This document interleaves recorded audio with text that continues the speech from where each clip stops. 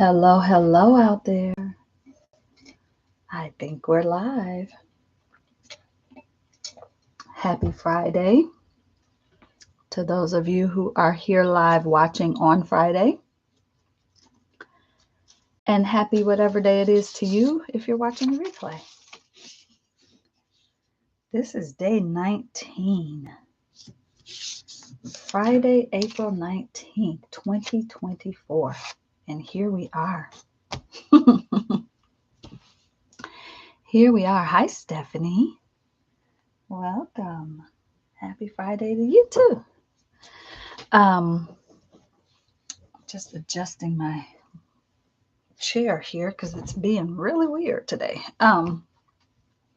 So basic info. Hi, my name is Kiala Givehand. I am doing a month of vlogs for the month of April 2024. And this is day 19. And we are on letter S. We're on letter S. Hi, Christina. Great to see you as well. We are on letter S, as in simple. We're going to keep it simple today. Kind of, sort of. My version of simple. I have so many things I could talk about for letter day S, like many of the other days. But this is, I'm going to see if I can't keep it, again, in that 90-minute range. Most of I think 90 is a comfortable number for me in terms of like live streaming, teaching sessions, that kind of thing. Most of the classes that I run in the Life Alchemy Academy are 90-minute sessions.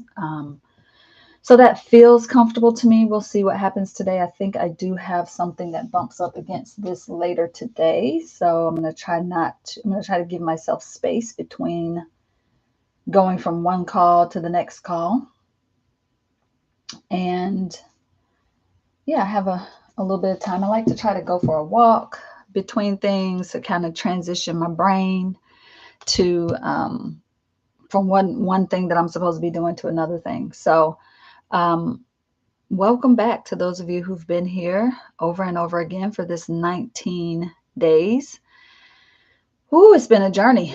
For those of you who are new, welcome. If this is your first time joining me for the April vlogging, please go back and watch some of the others. I am using the alphabet A through Z as a way to kind of wrangle in my conversation and keep me on task as best possible. I'm a tough one to wrangle. Let's just keep it real. I don't wrangle easily. So I am using the alphabet to help me out. And this is something that I have done before when I was in this vlogging in this way is not something I've done before, but the ABC things, this is not the first time. I love any sort of ABC anything, really. In bookbinding, back when I did my MFA at Mills, we learned at Mills College in Oakland, California. We learned about abecedarian books. And those are basically ABC books, or books that somehow highlight the ABCs. And I fell in love with them. I was the kid who doodled the ABCs in the margins of every notebook, every paper, everything. In fact, I used to get in trouble for it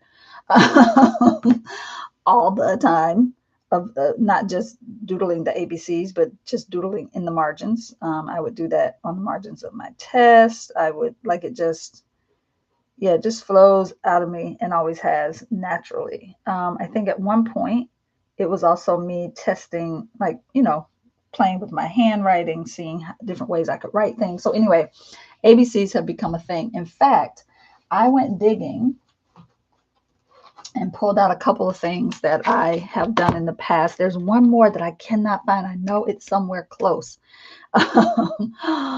Oh, I think I just in that moment thought about where it is. Oh, okay. All right, when we get to that point, I'll go look there really quickly and see if it is there. And if it is, what a glorious day when you can find something that you have been looking for a while. And then just randomly, in a moment when you're not looking for it, where it might be pops into your head. That happens to me a lot, by the way. Um, in fact, I'll tell another story about that in a moment here. So, what I've been doing on sort of a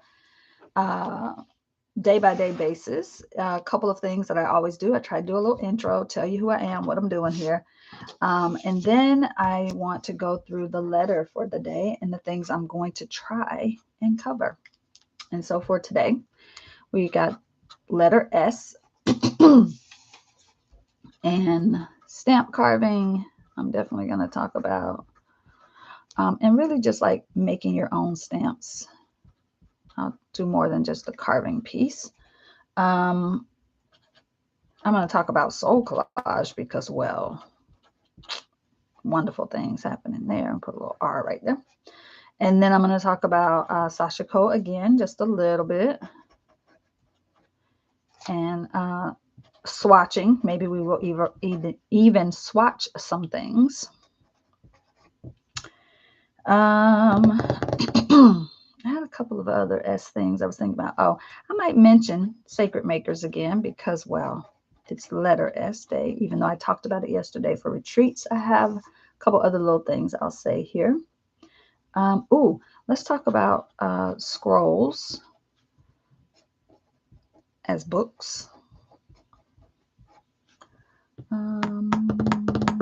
We might talk about star books. Those are fun. I'm just thinking about other things. I mean, I could throw in a conversation about single sheet bindings, even though they are not my favorites. We'll talk a little bit about them maybe. What else? I mean, there's lots of other things I could talk about, like I could talk about, my brain is going sideways here. I could talk about silence, spirituality. I could talk about stencils. I probably won't get to all of this, y'all. Oh, symbols and symbolism. Thank you, Damon.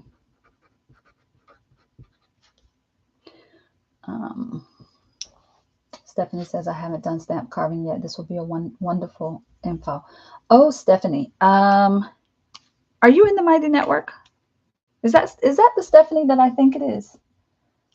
I don't want to like say your full name in case you're like, I don't want to be outed on YouTube. But are you Deep Dive Stephanie? Tell me which Stephanie you are.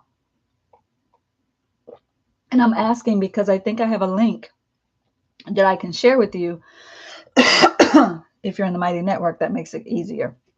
No, I'm not. Sounds interesting. I love it. Okay. I was going to say I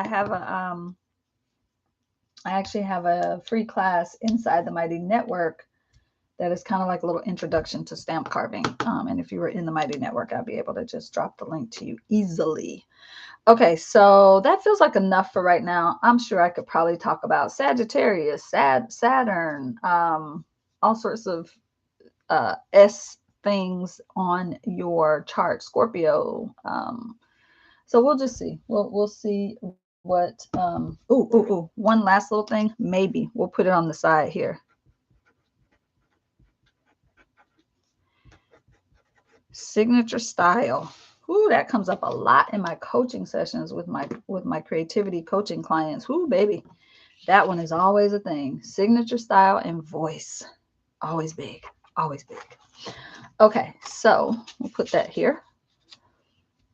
Let's pull our cards for the day. Today, I'm going to be featuring and using a deck from one of our Deck Creator Mastermind students.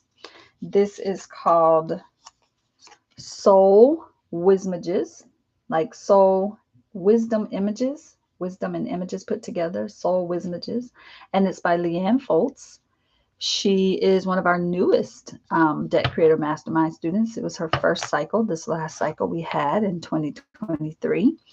And Leanne did a beautiful job. She already had the artwork ready. She just needed direction on what to do and how to get it done.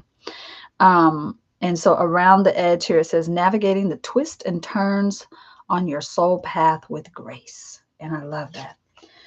She says, the Soul Wismages Oracle deck is a 62-card soul journey deck, which offers soul-inspired images that aid in navigating the twists and turns on your soul path. The cards inspire, challenge, and companion you through whatever growth cycle you might currently be facing, and offer guidance on imagining new beginnings, embracing change, and integrating wholeness. I love that. So I'm going to pull 3 cards because the way she wrote that, I like it a lot. Imagining new beginnings, embracing change, integrating wholeness. So I'm going to pull a card for what we can imagine for new beginnings, what change we need to embrace, and how we can integrate those things for wholeness. Oh, look at that. All right. Let's hope I remember that as I'm pulling. I love the gradient coloring that she did on these. She just did such a beautiful job as a new deck creator right out of the gate. That to me always says that a person has like some major some other decks that are wanting to get out, want you to get that first one out so it opens the pipeline for all the others to come through. So whenever I see somebody knock it out of the park like this the first time through, I'm always like, oh, you got more decks than you. They're ready. They're ready to come out. All right, so let's pull our 3 cards. This first card will be, what can help us imagine new beginnings? Or maybe let's rephrase that. What do we need to know about imagining new beginnings? Let's go with that. Yeah, I'm still shuffling because the question doesn't feel right. Here we go. What guidance do we need for imagining new beginnings? That feels right. What guidance do we need for imagining new beginnings?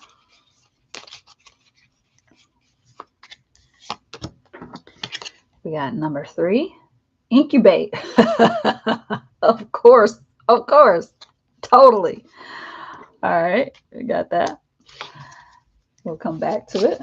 Number 2, how can we embrace change? What guidance do we need to help us embrace change? What guidance do we need to help us embrace change?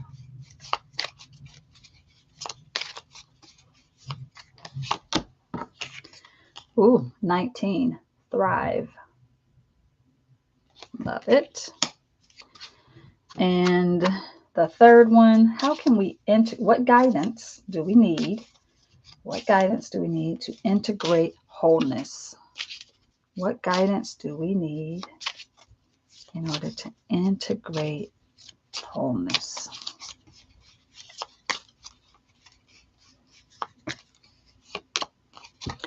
Five, become. Listen, you can't make it up. I love it. All right, so here are our 3. Incubate, thrive, become. So this is all about imagining new beginnings. And I love that. To me, incubate is about sitting and thinking. Just let things take the time they take. Think about little eggs in a little incubation type situation, right? They take the time they take. So imagining new beginnings, incubate. For me, this is about daydreaming. Just sit and daydream, think. Allow yourself to just be in the space of not having to make or do, or just think about it. Just imagine it. I love that. Then for embracing change, once we've sat with things long enough and we're ready to begin, it may require us to change. And the way the guidance around embracing change is to thrive. And thriving looks different for every person. But think about the things that help you thrive.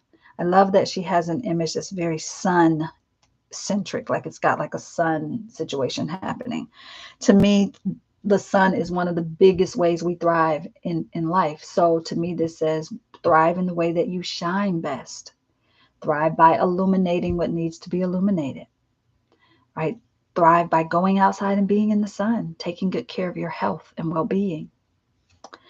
Number 3, the third card, is about integrating wholeness. How do we bring this idea of incubating and thriving together to get us to that place where we become and feel a little more whole? And we have the card become. And this is a 5 card. 5 is all about action and change. And so I feel like that's a beautiful card for us to get in this moment. So 3 energy also is about creation, and it's about expressing our creativity. And so sometimes incubating helps us get to that thing I was talking about with signature style. Like sometimes you have to just let things take the time they take to develop. So I love these. I love these 3 as a beautiful, pairing. I think it's great. I think it's great. Oh, I didn't say 19. 19, we could go 2 ways with 19. If we're looking at tarot, we could go there, but let's not. Let's go 9 plus 1. It gives us 10, which is basically a 1, which says this is about beginnings. The number 1 is about beginnings. It's also about focusing. It's about the self. So how do you thrive? Thinking about how you thrive. The other thing I'm really loving about this is the balance I see here. We've got 2 cards because I know that she has done, they are color coded, right? So she's got a whole sort of system inside of a system. So the colors do have significance in this deck. And so I really love the balance here between having these 2 on one side and this blue one in the middle. Hi, Suzanne. Welcome. Happy Friday. So I just pulled 3 cards from Leanne Foltz's Soul Wismages deck. She was a part of our deck creators mastermind last cycle and took her artwork and brought it into Deck Mastermind. And then she left with this beautiful and amazing 62 card deck, which I'm super excited about. So I was just going over. So just to recap, imagining new beginnings by incubating, letting things take the time they take, embracing change by thriving, and integrating wholeness by just allowing yourself to become. And I feel like these 2 are what has to be integrated in order for this one to happen. All right. I love these 3. So I'll put those here so I remember later to make my photocopies and get them into my journal. All right, loves. Let's see. I have so much to talk about today. I need to mute for 1 second and ask Damon a quick question.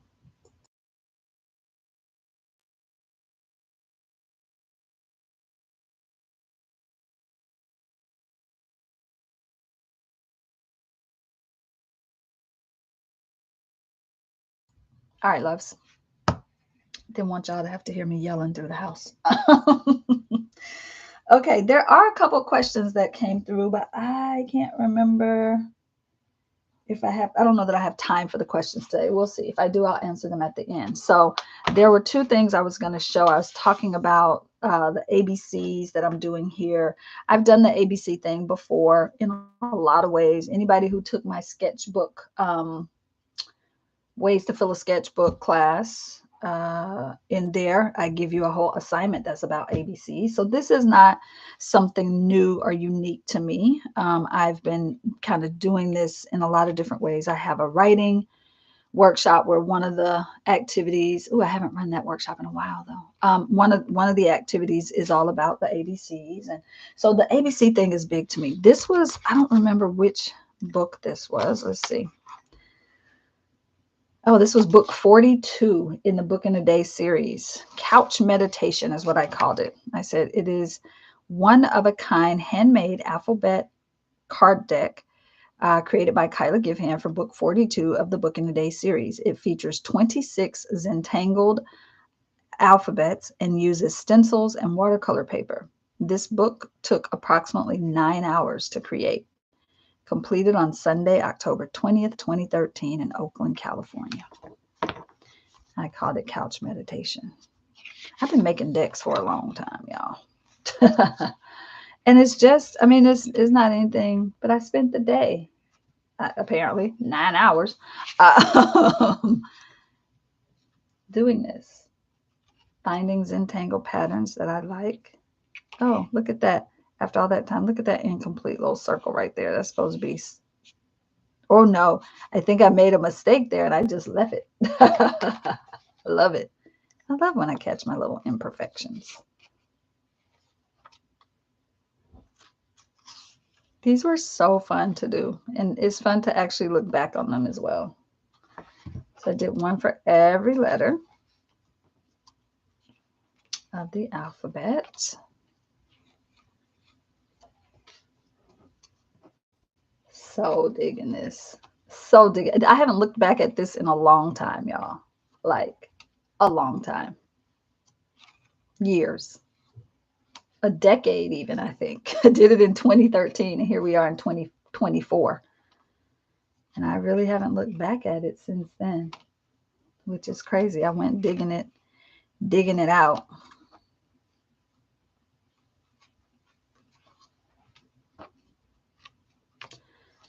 This was fun to do. This almost looks like an H backwards, doesn't it? But it's a P. Q R S T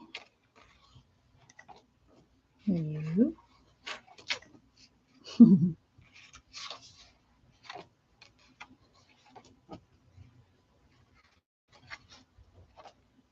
This was so fun to do. I'm having all sorts of little touchy-feely moments looking back at it. That was fun. So that's one project I've done that way. Here's a little deck I made, a prototype in one of the Deck Creator Mastermind cycles. I don't remember which one. But it's basically an alphabet deck that actually is connected to a book that I showed you all that I had done. So this is that moment of like when you take things that you did in one place and you figure out another way to visualize it or to give it form. So I did a book during Book in a Day 2013 called The ABCs of Creativity. Then I said, oh, I want to make a deck using those same things. So same thing. This is an alphabet deck. It's not in order because I've used it before. So A just happens to be on the top. But all of the art that you see inside the letters is my art. Kindness. So the first one was adventure. Dedication. Momentum. Spirit. Nature. Man, this piece of art, these two pieces of art right here have gotten so much mileage in my life. Healing. Intuition. It's so funny when I look back at these pieces of art, I actually can remember where I was, when I made them, why I was making them. Like this is from one of the very first official art journaling pages I ever did. That piece of art. This is the same artwork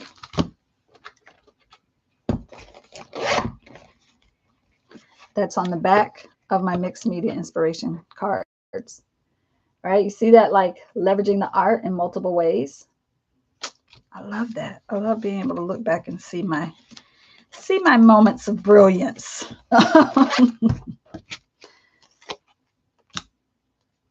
Wisdom, X factor, youthfulness, originality, joy. This appears somewhere else, but this was actually something I made at a workshop. I want to say with Tracy Bautista, and then I did a book using it for something else. So I just love how that's the front cover of the original mixed media inspiration deck. No, not true, not true. That's the front cover of my right now inspiration deck that I did. I'll have to dig that deck up. Where is that deck? I sold that deck for years and years. Gratitude, resistance, forgiveness, patience, balance, questioning. That one didn't come out so well because the line is kind of like the white blurs into, but you can tell it's an E. Enthusiasm, zest, thoughtfulness, understanding. Okay, y'all ready for that? How about this? That right there.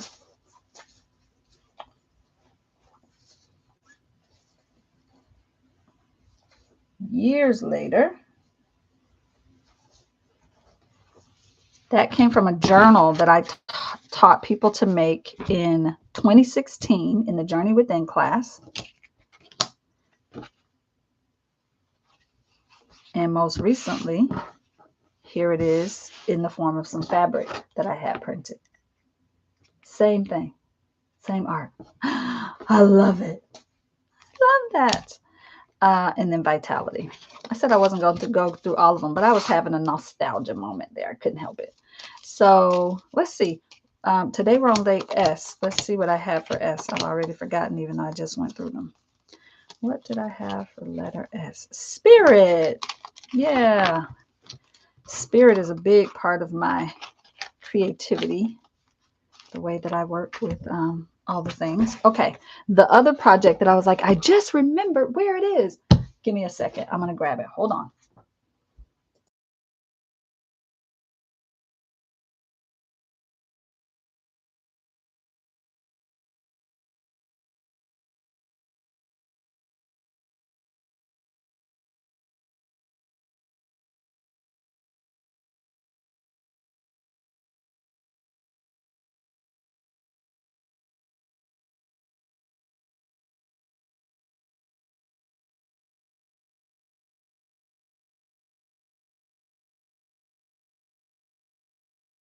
Okay, here's a box that I have not opened in years, but I was like, I think that's where it is. And it is. It's like right on top. Now I have to go through this and see what else is in this box. Ooh, lots of prototypes. Huh. I'm going to have to go through that at some point. I haven't looked in this box in a while, y'all. Careful. Lots of stuff on the floor. Okay, this is a book that I started making for, I was going to film it actually. I think I started filming it. I might even have some old footage of this somewhere that I'll have to dig out in my digital files. But this was a book. I don't even remember what inspired it or why, anyway, I was going to teach a class on Skillshare. I used to have a few classes on Skillshare. And I was going to put a class on Skillshare showing people how to make this accordion journal. And it was a ABC's accordion journal. Where's the front? That can't be the front. The front. Oh, have I done any? Oh, I did one. So it was going to be bringing this over. I don't even know if it's the same. It's not the same pattern, but it was going to be that same sort of concept. But this was going to be the ABCs of astrology. Z being zodiac. And then I had all the zodiac cards listed out. And so I was just going to work my way back. I think the only one I ever finished was the Z. So maybe, again, unfinished projects, y'all. So many unfinished projects. But the idea would be that it would be like this display book. And I was going to keep it black and white. Wow, I thought I had done so much more in this already. How crazy is that? So I guess now I gotta finish it up. Now that I brought it back out into my knowing, I'm just gonna add it to the pile of unfinished projects because, well, there's so many of them. All right, so that's that. I thought I would show y'all that. I thought it was further along than it is, but okay. So I can put these things away for now.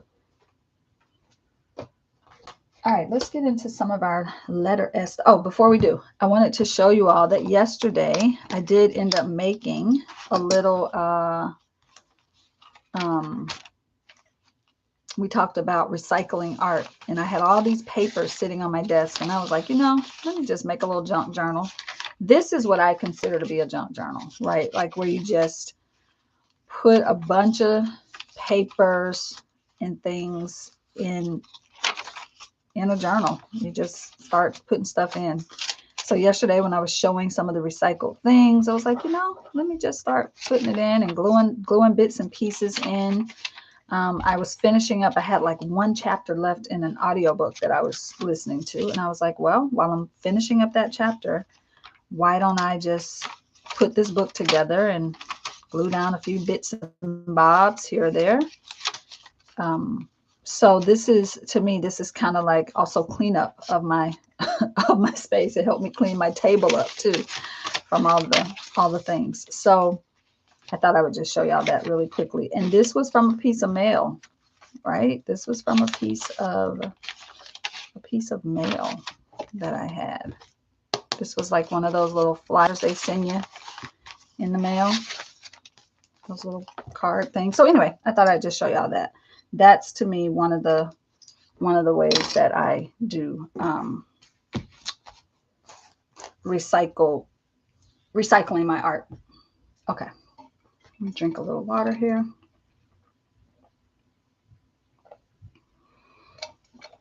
Let's start with SoulCollage. So SoulCollage is,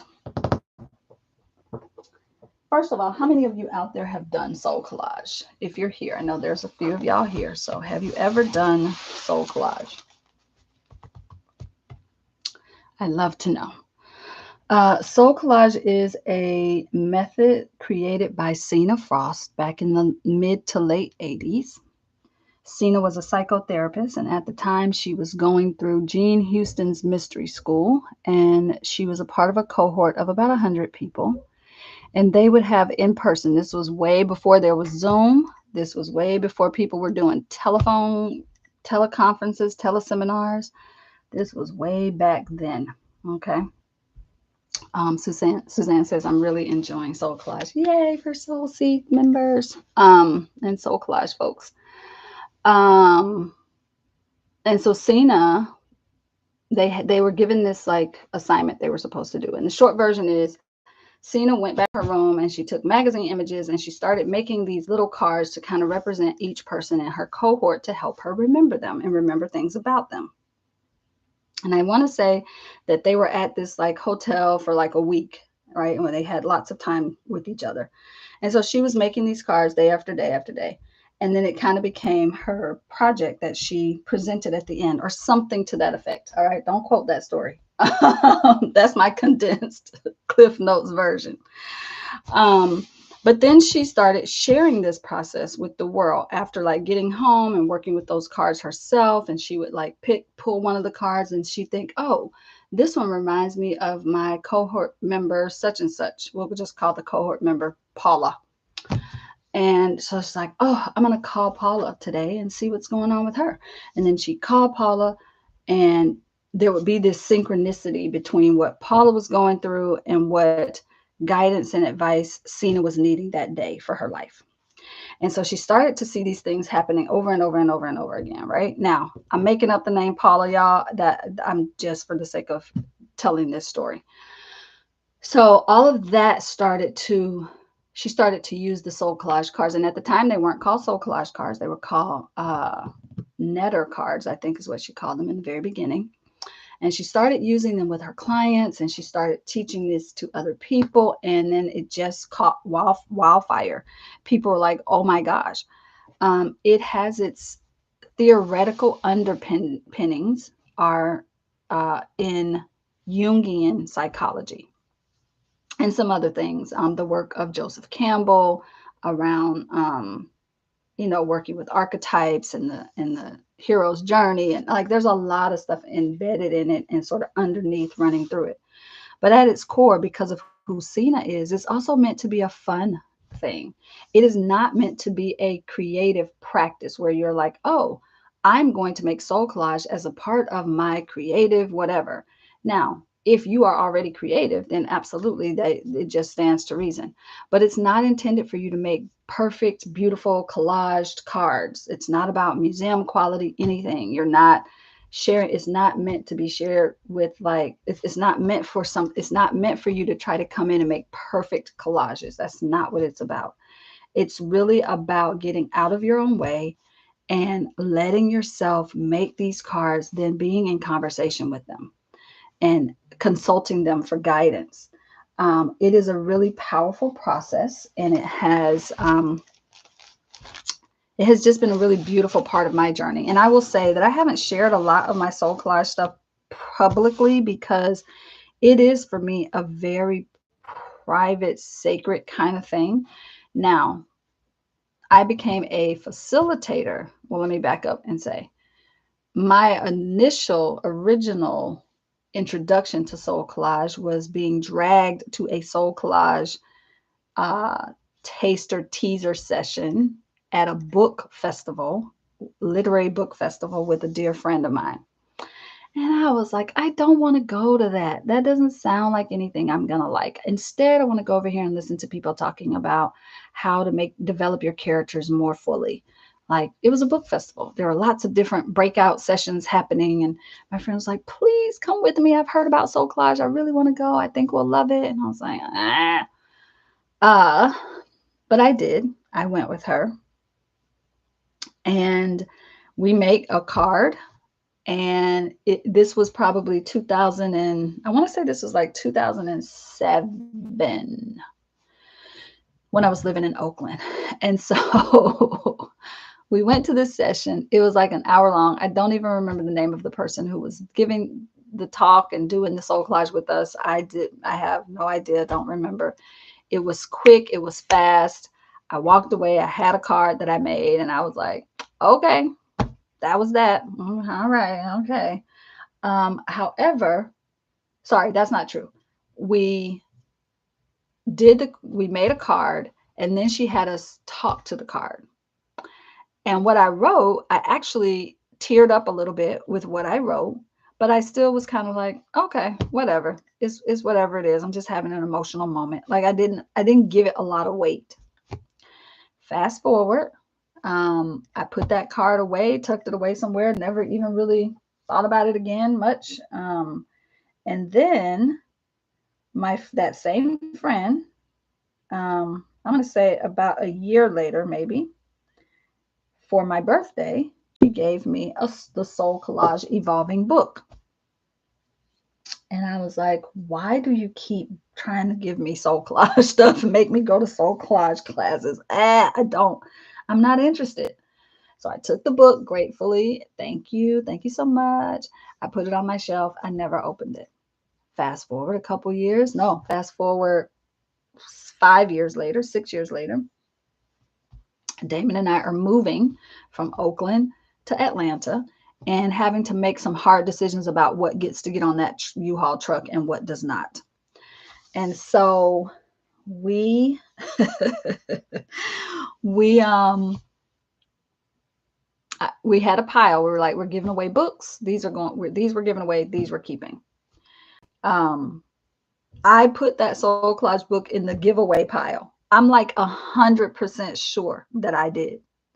Fast forward, we're unpacking boxes in Atlanta, and there's that Soul Collage book. And I am like, what is happening? I left it. This book went to Goodwill. This book was not supposed to come with me, but it did.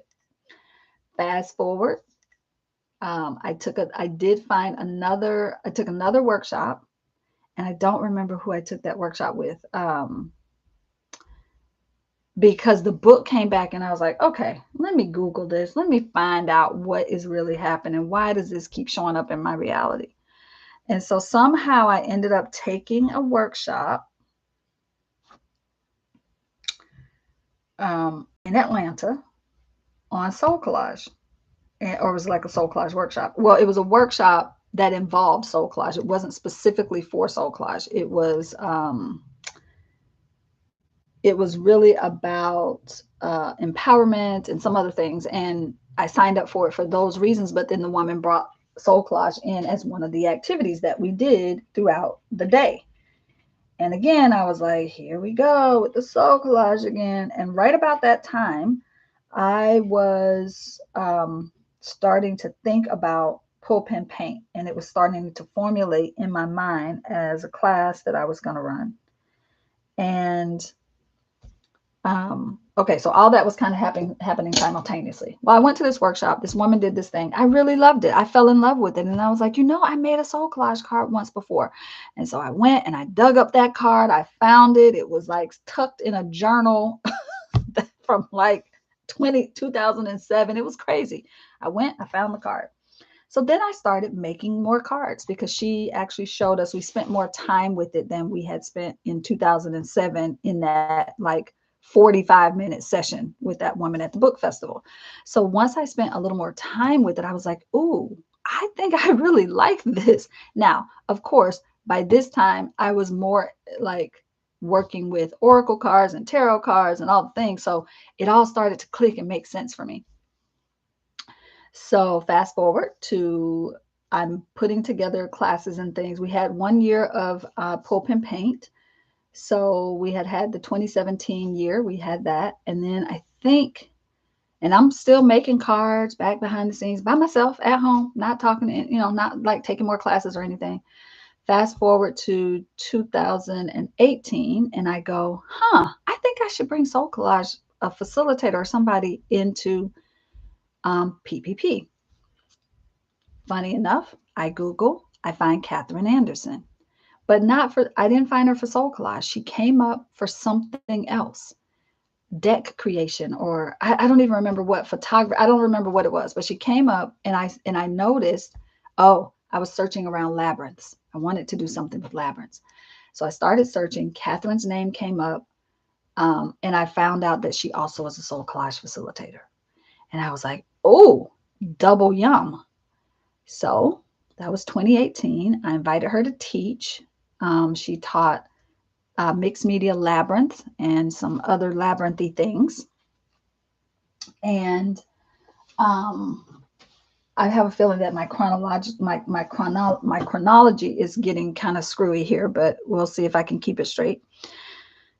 At that point, I noticed Catherine was teaching a lot of classes. So I was like, I should take a class with Catherine on SoulCollage. She didn't have any happening at a time because I was in Florida. She was in, let me see, 2019. 2019 is when I went and trained with her. So yeah, right towards the end of when we were leaving Atlanta is when I found her. So anyway, shorter version. This is a long story that is supposed to be short. So fast forward. And Catherine, I end up going to Catherine's training. I become a SoulCollage facilitator under Catherine's tutelage. And we walked labyrinths in her backyard. It was just magical and amazing. All right, so fast forward. Then I start running my own SoulCollage workshops in person. At the time, we had a studio of in person, like a brick and mortar. So I ran SoulCollage workshops there, and then I started running them online, started teaching them online, because at that point I was a facilitator, so I could do these things. And the rest is kind of history. Fast forward a couple of years, and let me see, 19, 20, 21, 22. And I get invited to become a trainer in the training circle. And so now I am both a facilitator and a trainer. The difference is trainers actually can train people to become facilitators. Facilitators cannot train other people to become facilitators. You have to be a trainer to do that. But facilitators can teach workshops. They can hold workshops on SoulCollage. So all of that to say, it's really simplistic. It uses a 5x7 substrate. That can be an index card. It can be a mat board. It can be a piece of watercolor paper or cardstock, whatever you want to use, but something sturdy, ideally. And you can And you need magazine images, you need a glue stick, you need scissors. It's really that simple. That's all you really need. Now, it has a methodology behind it. It has theory behind it. So it's not, I cringe a little whenever I see people talking about, you know, oh, they did SoulCollage but they don't have any of the foundational stuff around how you meet those cards, how you honor them, how you actually do the work. Making the cards is not what makes SoulCollage. It's a part of it, but there's so much more. So I usually don't even share and show my SoulCollage cards because, like I said, it feels like such a sacred process to me.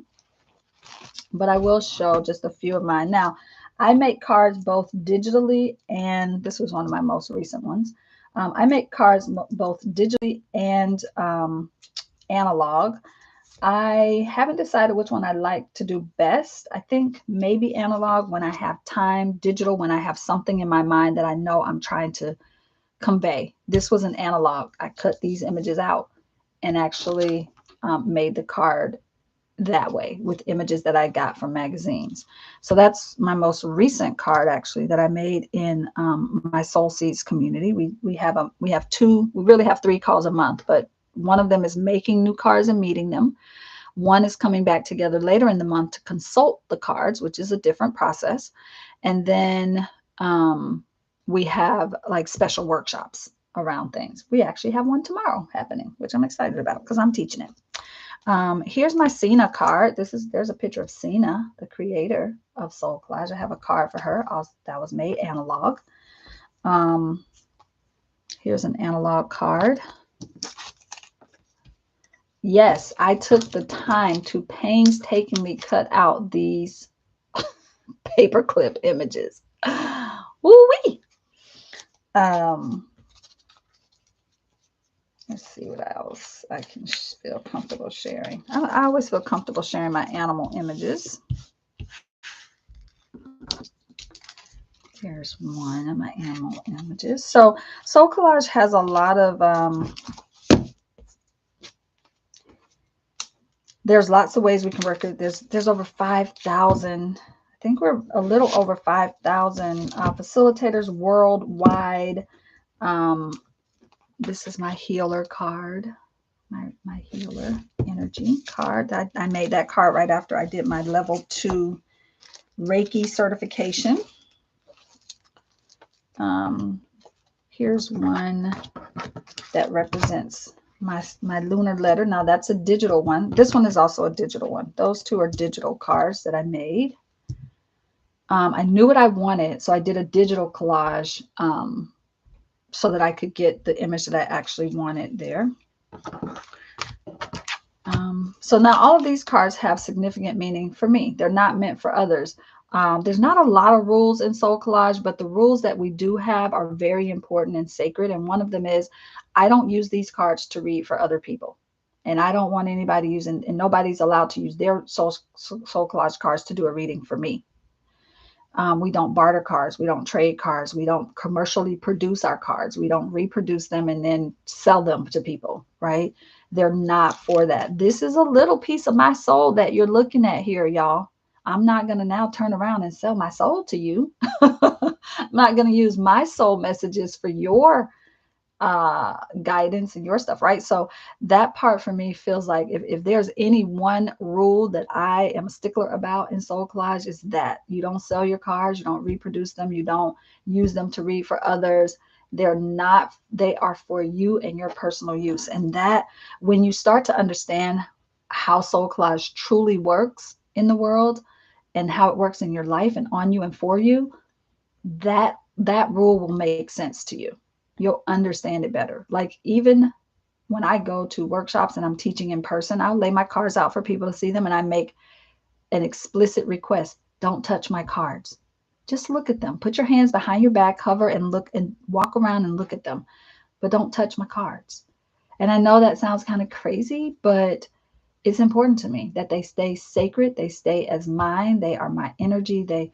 Right now, once you start learning more and more about SoulCollage, if you go down that path, this is another digital card I made.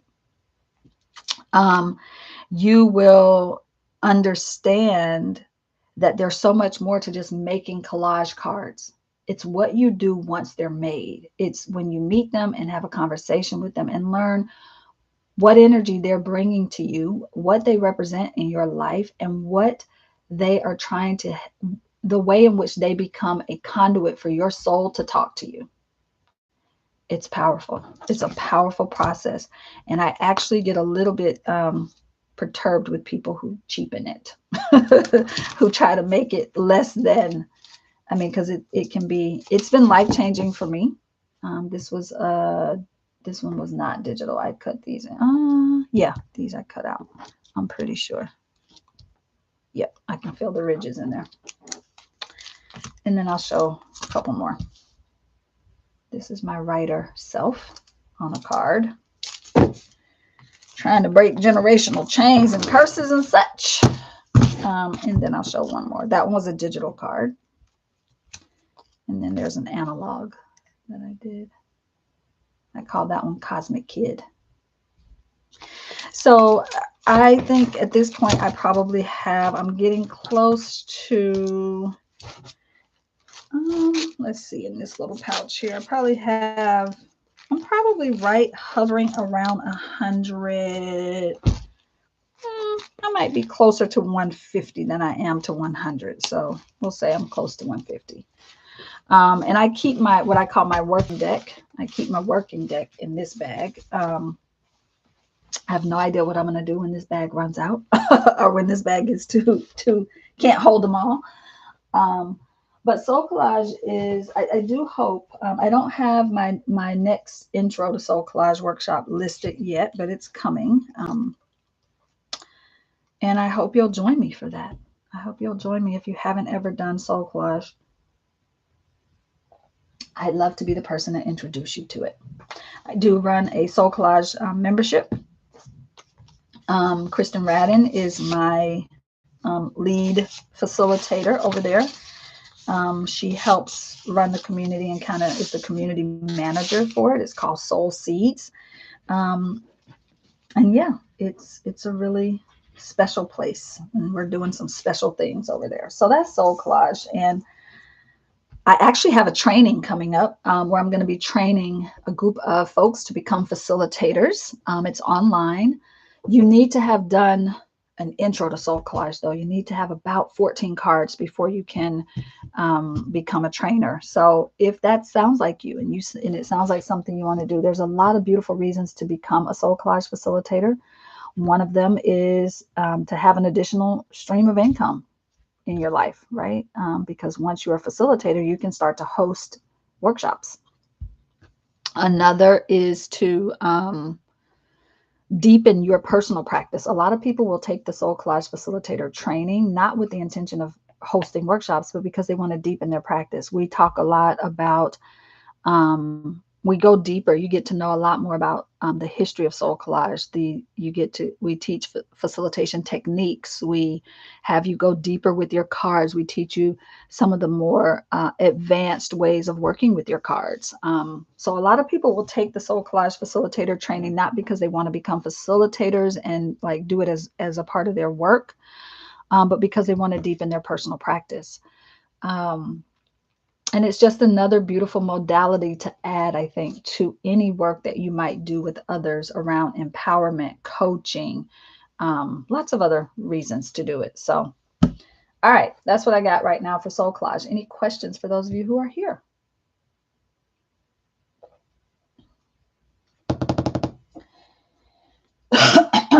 Oh, I'm going to bounce around a little bit. I'm looking at time. How am I on time? Okay, I'm good on time. I'm going to show you all one more thing. I'm going to go back to the recycle art thing because this came up and I was like, oh, I have to show them this. Do you ever get this packaging in the mail in bags? It's like this crinkly, yummy stuff that they put in to pad instead of using those little styrofoam bubbles and all of that. So this is, right? This stuff is amazing. All right. Turn your volume down if you don't like crinkle, because I'm going to flatten it out and show you why I love this so much. But in order to do it, I have to do a lot of crinkling.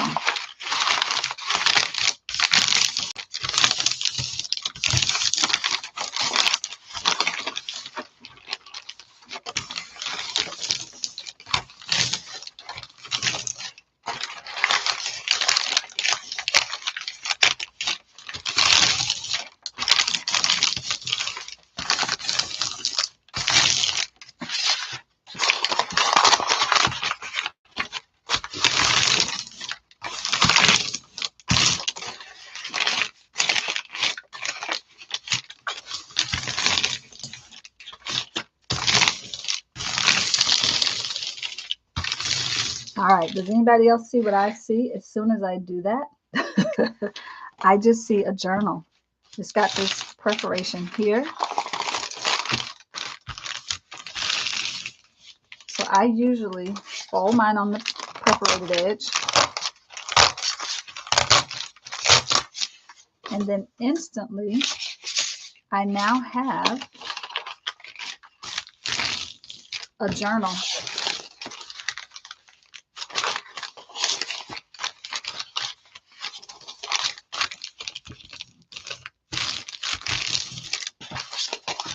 I've now got a journal already ready. I don't have to stitch anything together. I've got a little journal here. Right. Now, I could take this one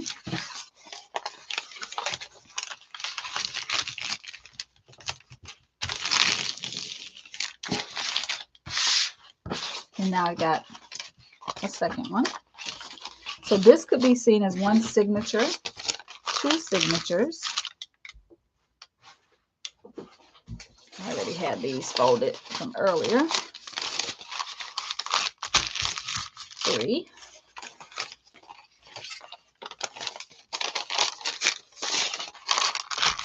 4. You can put these underweight to make it more, right?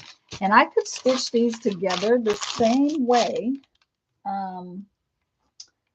that I did the French link. I don't know where that journal is in this moment. I promise you some little elves come and move things. Oh, no, in my studio. So the same way we did this one, right? We could do it that way, put tapes on it, or we could do it like a French link, right? So these 4 signatures can be stitched to become one thing, right? That's one way. Or I could just treat them as individuals, right? And end up with multiples. This stuff is so yummy. It's really good craft paper. It's sturdy. So if you get some of this in a box, don't throw it away, because it looks like this when you get it. And if you don't unravel that, you won't know that you actually have some goodness just waiting on you. Okay, so pay attention to the stuff that comes in you kind of have to, like, this just looks like a piece of paper that has been balled up, right?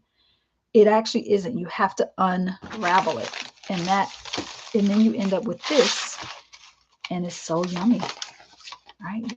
Already, you don't have to stitch it. Like I said, you can use them individually, or you can find a way to stitch them all together and make one. You could even do a back-to-back thing where you glue one on top of the other. I feel like that would be less, for me, that would be less desirable, because a part of the beauty of this is the crinkliness. So I would want to keep that crinkliness. And if I glue them, I almost have to flatten this out to the point of, like, yeah, I don't know. So lots of this. So we won't say how much of this I have just sitting in a box over here. We're not going to go there. Not going to go there. We don't need to go there. But this stuff is yummy. If you can stand the crinkling. If you hate the crinkling, then it's probably not for you. But there you go. Suzanne says, oh, yay, Suzanne. I would love to see you take the facilitator training. That would be awesome.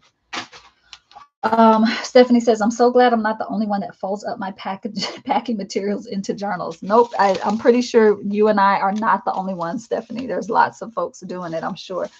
I just like to make sure I mention it, because I don't like to assume that people know to look a little more closely at their packaging. Now, all packaging doesn't come like this, but I mean, come on, to me, this just screams journal. It's perforated, it's folded, it's a perfect size. I don't know what else screams journal if this does not. So there's that. All right, let's talk stamp carving, folks. Let's talk about stamps, baby. All right, I feel like I showed some of my stamps already, so I won't do a whole full recap of that. But as a printmaker, stamp carving, stamp making is one of your big tools. It's like one of the big 3 in printmaking world. And so being able to carve your own stamps is really pretty powerful and amazing, and gives you so much flexibility in terms of developing things that are super unique to you, because the thing about a hand carved stamp, it's always going to have your hand on it, your fingerprints. Like there's no way for it not to. I'm going to bring out a piece of paper here that we can work on. I can stamp on too. In fact, it's funny how I'm just like, how are things just moving around on this desk? I don't understand it. That's not black. Boom, boom, boom. Is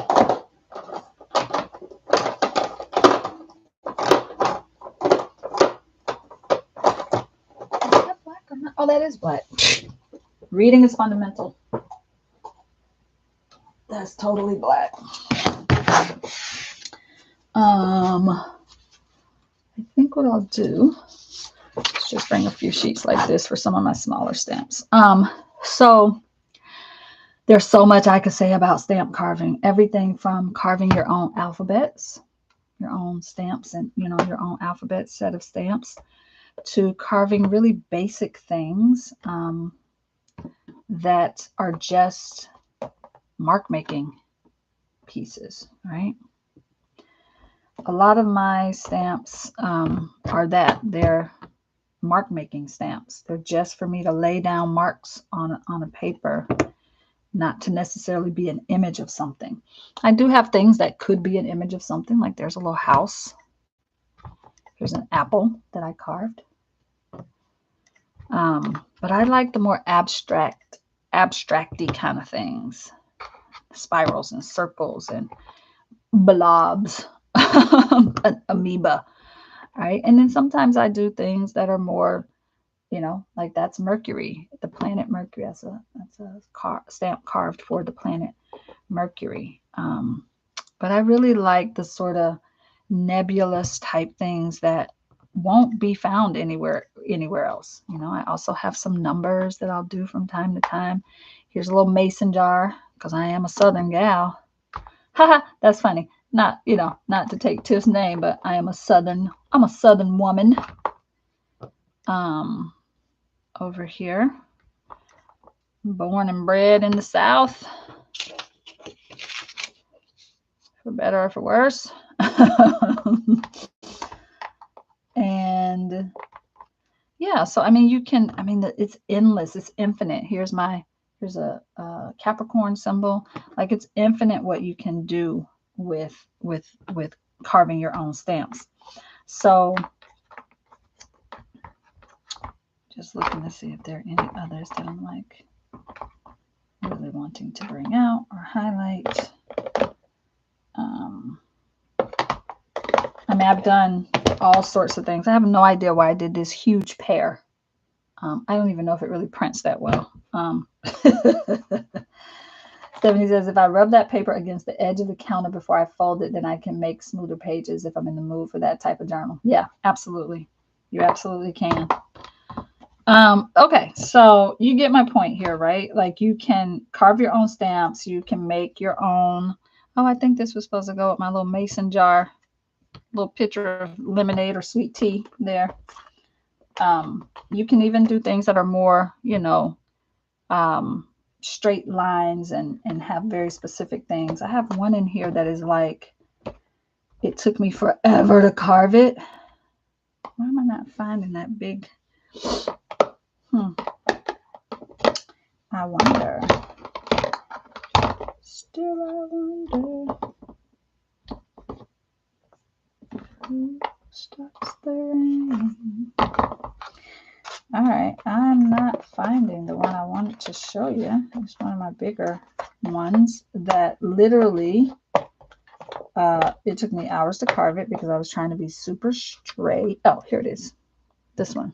This is one of my favorite stamps that I've ever carved, but it also took me a bunch of time to do it. So I'm going to move these out of the way, and I'm going to talk a little bit about some of the tools for it. But first, let's ink this one up. I haven't stamped this one in a while. This was one of those ones I made, and the amount of time it took me to make it, I was irritated by the end of it, and I just was like, whatever, it's done. Whatever, it's done.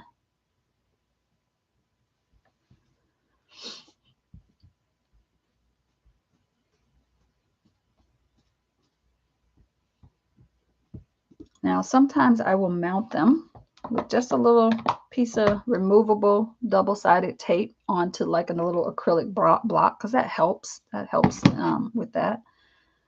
But sometimes I'm moving quickly. I don't have time to do that. Look at that. I love it. So good. One of my faves. Okay, so we have this whole thing in printmaking where, you know, it falls in line with the whole carving category, right? Linoleum carving, wood cut. This is made, you do these from rubber, right? From rubber, you create these. Let's see, this is one of my other favorites.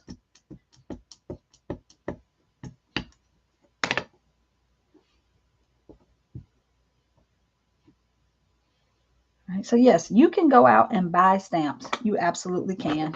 But there's something really beautiful about a stamp made with your hand. Like, you're not going to get these little nicks and cuts. So if that bothers you, then you probably wouldn't like this. But I like seeing the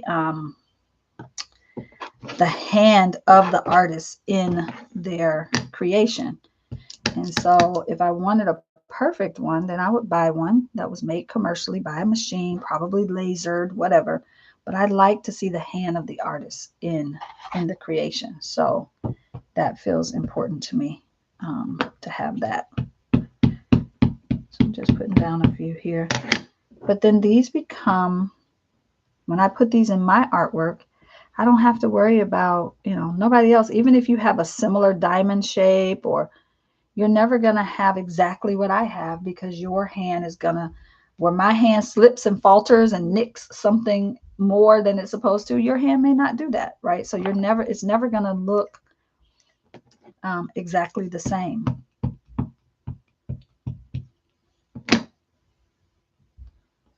And it's funny, when I sit down to draw on rubber to create like a stamp, I actually feel a little more confident as a person who draws things than when I'm just drawing it on paper. I know, don't ask me, it doesn't make a lot of sense, but that's just the honest truth.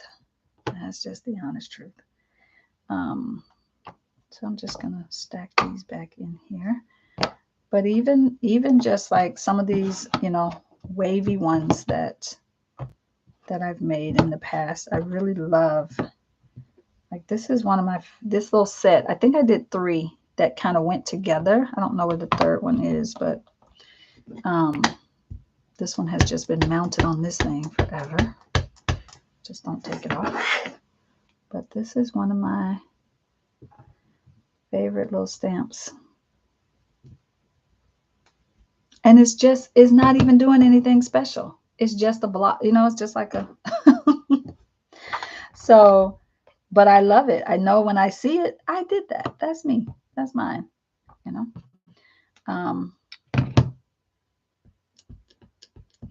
But, you know, when I start thinking about how we like to build backgrounds and layers as mixed media artists, this is one of the ways we can do that, you know, is by having stamps that have our own little signature energy in it.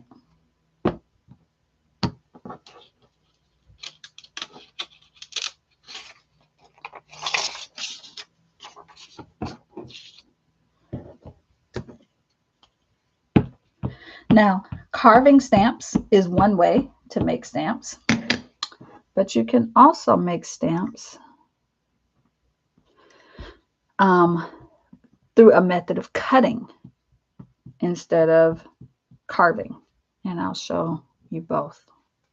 But can you imagine just like using this as background, you know, for something like that? Just feels, and I feel like there's certain stamps, hand carved stamps, every printmaker should have in their arsenal.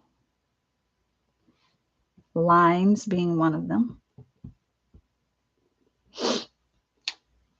right? All sorts of lines.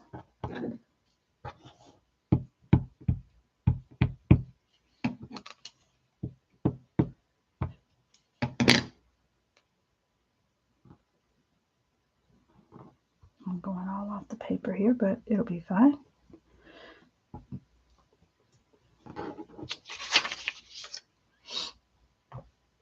Even to me, a spiral is a line. It's just a curved line, right? It's still a line.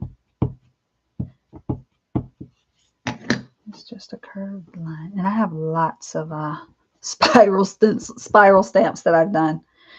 It's always like my warm-up stamp. Like when I've been away from making stamps for a while, I'll start with a spiral to get myself sort of warmed up and back into the flow of things. So I don't even buy commercially produced stamps anymore. I'm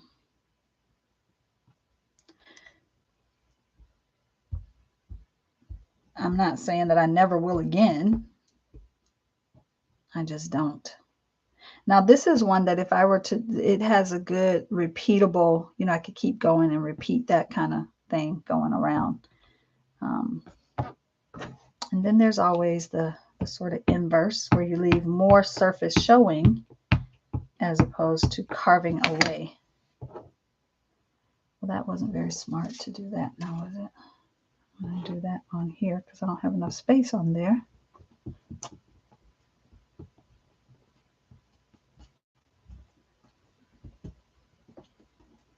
Right, so you can see the difference between what you carve.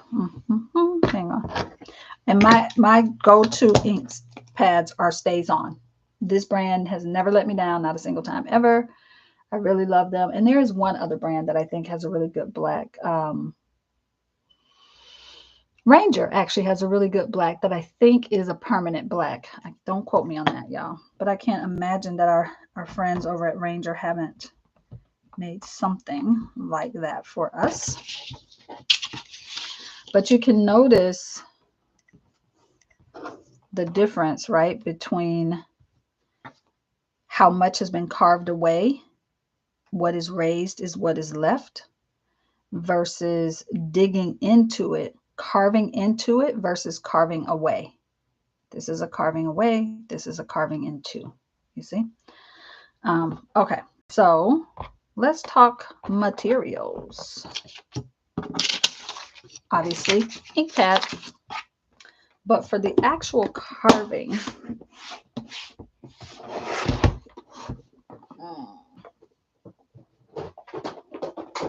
you know what? Before I go there, let me show you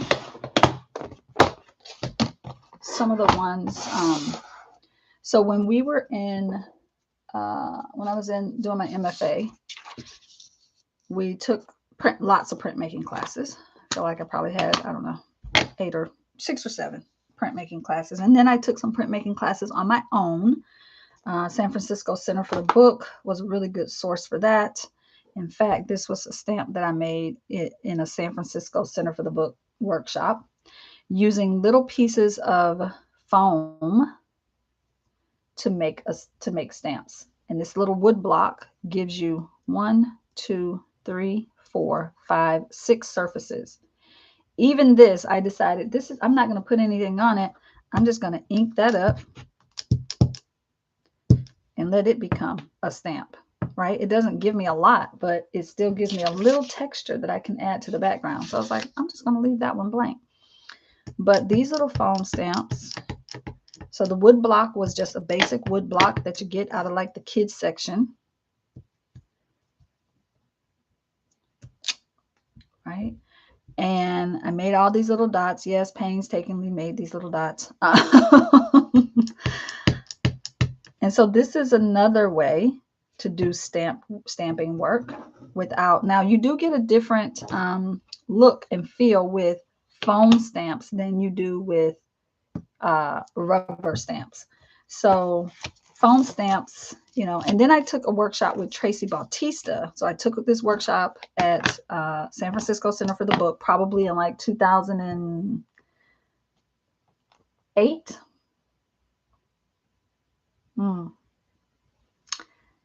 Damon, when were we in Oakland again? My years get mixed up. 2007, because that's when I did the SoulCollage class at the Berkeley Literary Festival. I want to say, yeah. So anyway, it was probably 2008. 07 to 08, 08 to 09. Now I got my years all mixed up. I'm screwy in the brain. Okay. Anyway, we're just going to say 2009. I took the workshop at San Francisco Center for the Book. I graduated Mills in 2010. I think it was around 2012 when I took a workshop with Tracy Bautista, who lives not too far from Oakland, about 30-minute drive, give or take. And she was offering workshops in her studio at the time. I got to meet her. It was awesome and amazing. She has a really cool book called Printmaking Unleashed. And she was doing workshops on Printmaking Unleashed. And so I took that workshop with her. And that's when I learned how to just take cardboard and mount them instead of, mounting them on blocks like that.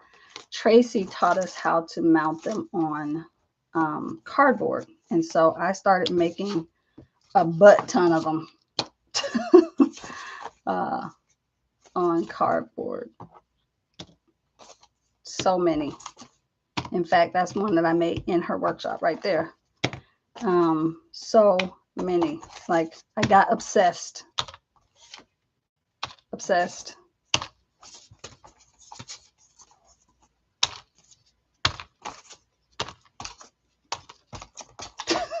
Obsessed. This whole bin is full of them. And so, yeah, I kind of got obsessed. Tracy also taught us that you could buy these like acrylic blocks and you could permanently mount them. Like if you wanted to have one that was going to be permanently mounted on something. So we did some permanent mounting of them on these little acrylic blocks. This is also when I got introduced to Beacon 3-in-1, because we used Beacon 3-in-1 to glue them on. And so again, I got a little obsessed, a little bit, kind of, sort of, just a smidge. And I just kept making them, like to the point of, like, you can see some of them haven't even been used. I just made them and I just couldn't stop making them. Then she taught us, Tracy Bautista did, to use a couple of other substrates that I use, but they aren't like my go-tos, but I do dig them.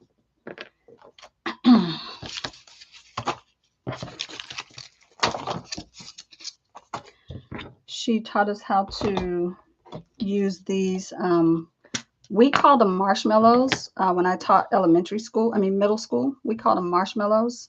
These little things, you warm them up and they get soft. And then you can make a stamp with them. And you have this like circular stamp. So it's, I don't know the actual official name of them, y'all, but I think marshmallows. But if you take your heat tool and you just warm up the surface of it, you can scrape into it really beautifully. And when it cools, it doesn't go back to its original shape, but the carving option kind of goes away. And then you end up with some really cool things. So I made a few of those, and then you can do double-sided, right? I did a few of those with Tracy. I really liked being able to kind of play with those and see what else I could get.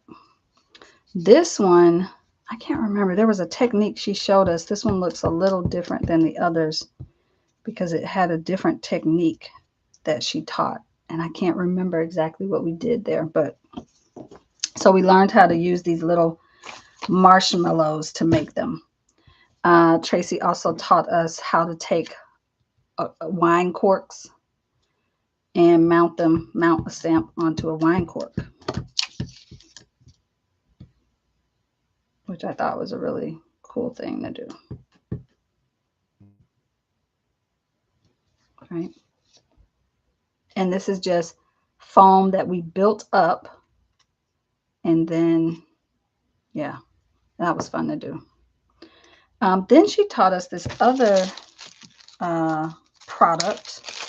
And I'm sorry, I can go ahead and tell y'all. Some of you might know the name of it. I can't remember the name of it in this moment. It's something that children play with. It's a child's modeling clay type situation. Air dry paper clay. I don't know, y'all. Don't quote that. I think this is the paper clay. And this is the, I think it's made by Crayola. It's like an air dry clay that you can use. And so she taught us how to use that stuff as another tool, because again, it's kind of thick, so you can get 2, maybe even 4, depending on, you know, how you do it. And I don't remember, I think we just carved into it with maybe like an X-Acto, or it's very squishy though. It's a real squishy product, but we did some really cool stuff with it. But again, it's all about mark making, right? And I'm dipping into a ink pad right now, but you could totally dip this stuff into paint and do it. Sorry that my camera is shaky. That's me bumping so hard on this thing.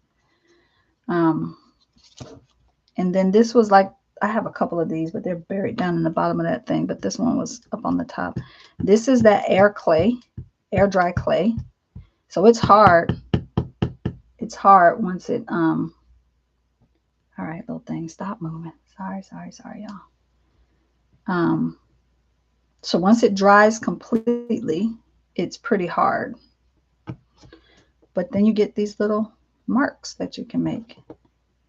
And again, I just imagine like stamping all over my page with it, and then I get this interesting texture in the background. So there's lots of options out there. Just get out and play.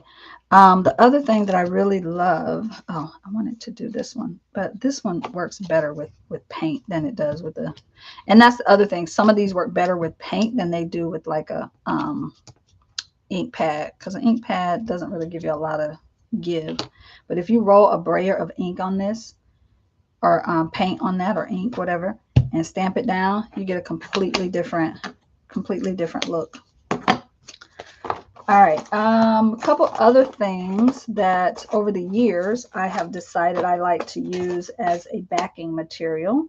Let me go back and show you. You can also buy smaller little blocks like this that have little grooves on the side for you to hold, and then you've got 1, 2, 3, 4 places. In fact, why don't we make a little stamp today with that? You see the time? Maybe.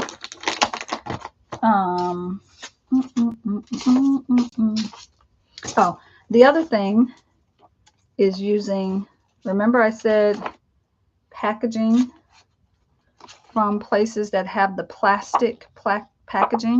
Like, I don't throw that away. I keep that stuff because I can then use that for mounting things on as well. I'm gonna have to organize this a little better.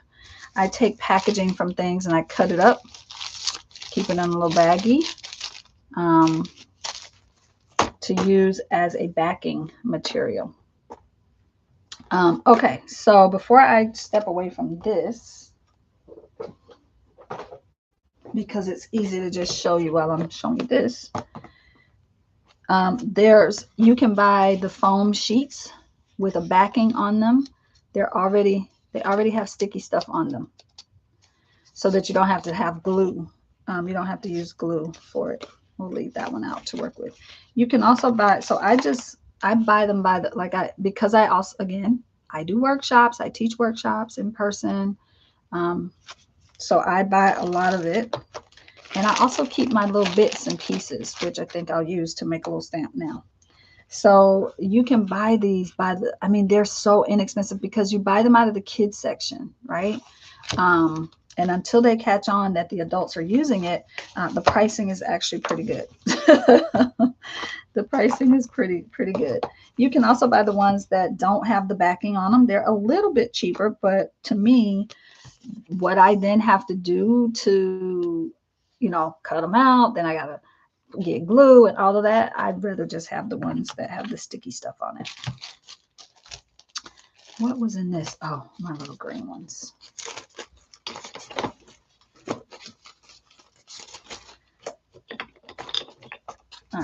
so. I'm going to move this out of the way. And we'll just do a quick little, let's make a quick little stamp, yeah?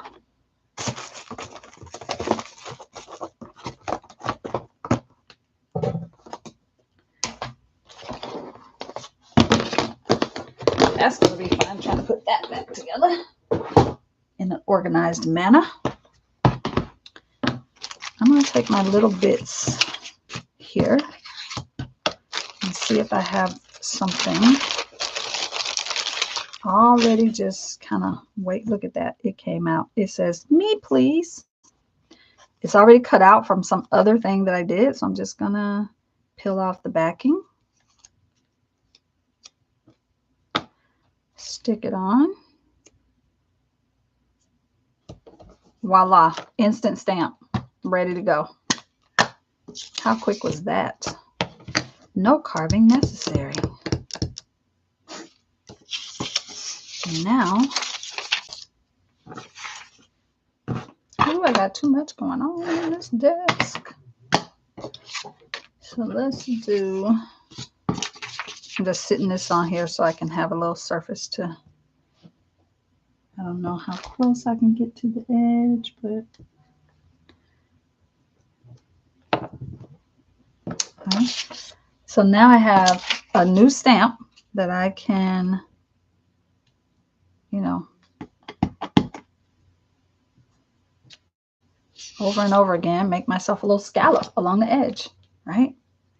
Thank you. Crayola Model Magic, Christina. That is the name of that green stuff and that white stuff that I was showing. So thank you for putting that in. All right, but you all see how fast that was to just make a stamp? All right, and then you just start to play with the stamp, right? You start to see what other little things you can make, you know, with the stamp, doing different patterns with it, so on and so forth. All right, so that was it. That was way too easy, but it's easy because I already had these pieces just waiting. In fact, let's see what else we got in there. That might be fun to play with, if any. Let's go with these, those three sharp pointy edges. Those four sharp pointy edges. And we'll make one more. This is the kind of thing, y'all, that I get I get obsessed and crazy. I will sit for hours making stamps. That's why I have so many in that container that I haven't actually used for anything. So there's that. Why don't we make like a little, and this is a piece of acrylic packaging from something that I bought.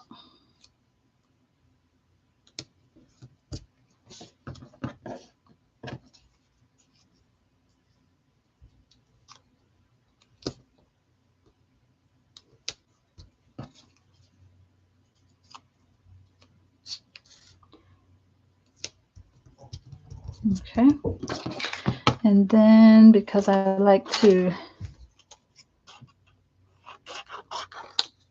use that for later, put that one in there. I don't need such a big piece going around the edge. That feels good. Now I have another, and I think I need a bigger piece of paper for that one. Should fit on there. So again, I'm just going to ink it up like I would do anything, any other stamp.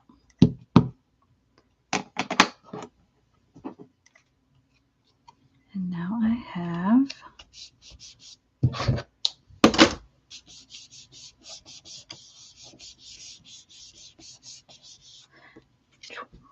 look at that. I love it. It reminds me of birds taking flight. I love it. Oh, I love it so much. I'm going to stamp it twice. Hold, please. And this is, to me, the sort of serendipitous moments, right? Like, I didn't even look to see if it had any nicks or anything in it, but the fact that it's picking up that little, I just love that. I think that's yummy.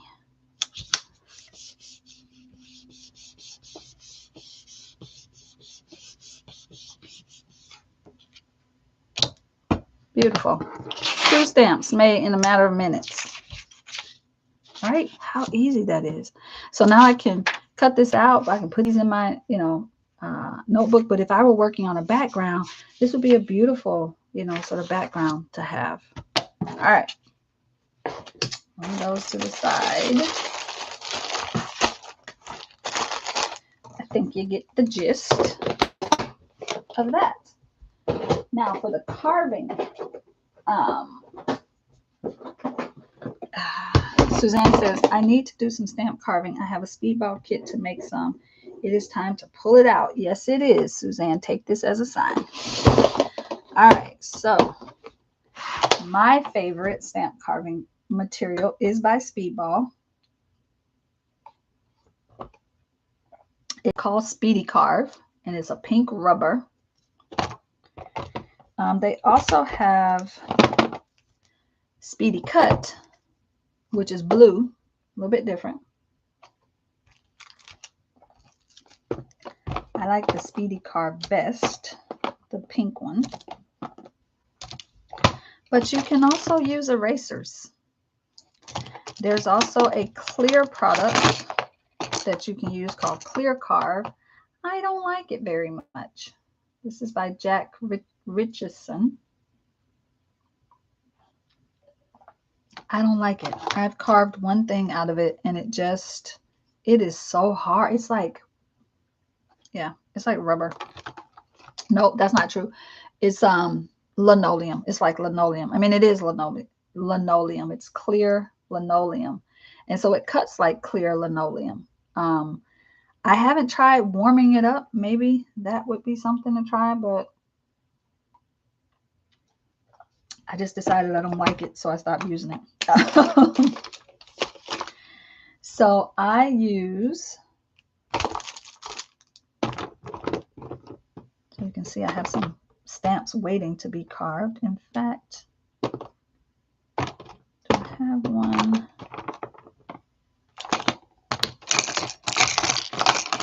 So I use all sorts of things. I use erasers that I get from the dollar store. They're basically rubber. You can carve into them. You can buy a whole box of erasers and carve into them, right? The little pink erasers that we used to get when we were in middle high school, right? Like you could carve into these little pink erasers, right? So don't get hung up by the like cost of things and having to have all the fancy tools. You can literally buy one of these, and they usually come in this color, standard, one of these, and it comes with every nib you need on the inside. I just have a bunch of them because I don't like changing. I don't like having to like stop in the middle, take it out, change it over.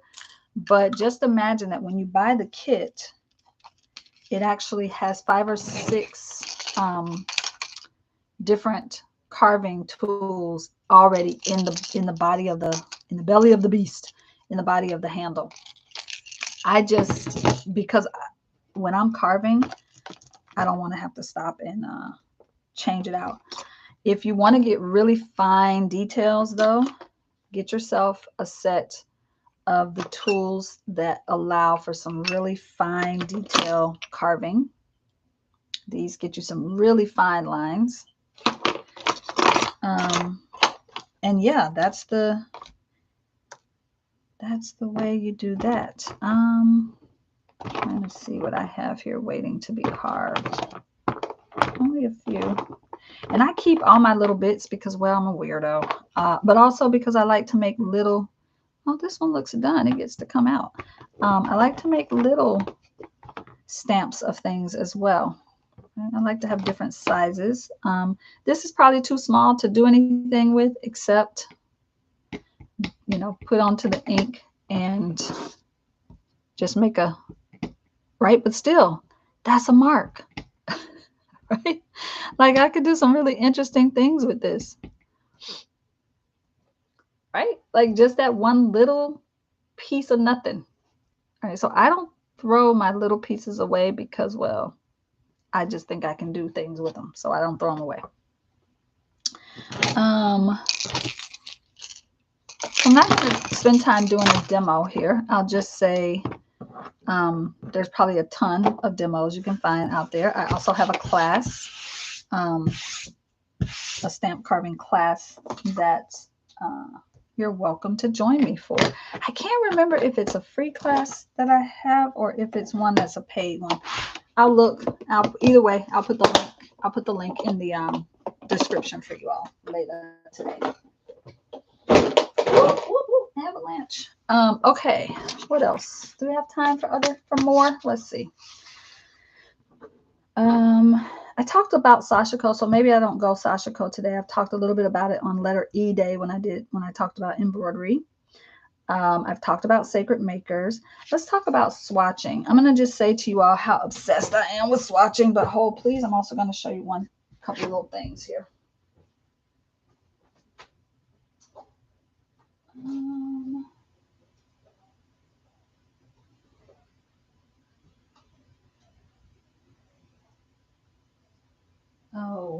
I showed you I think I showed you all on fountain pen day, my fountain pen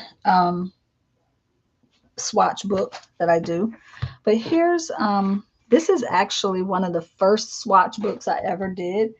And I got a little obsessed with swatching at that point. I shared this little book on Leather Day, but I don't think I did a flip through of it. So this was from 2017.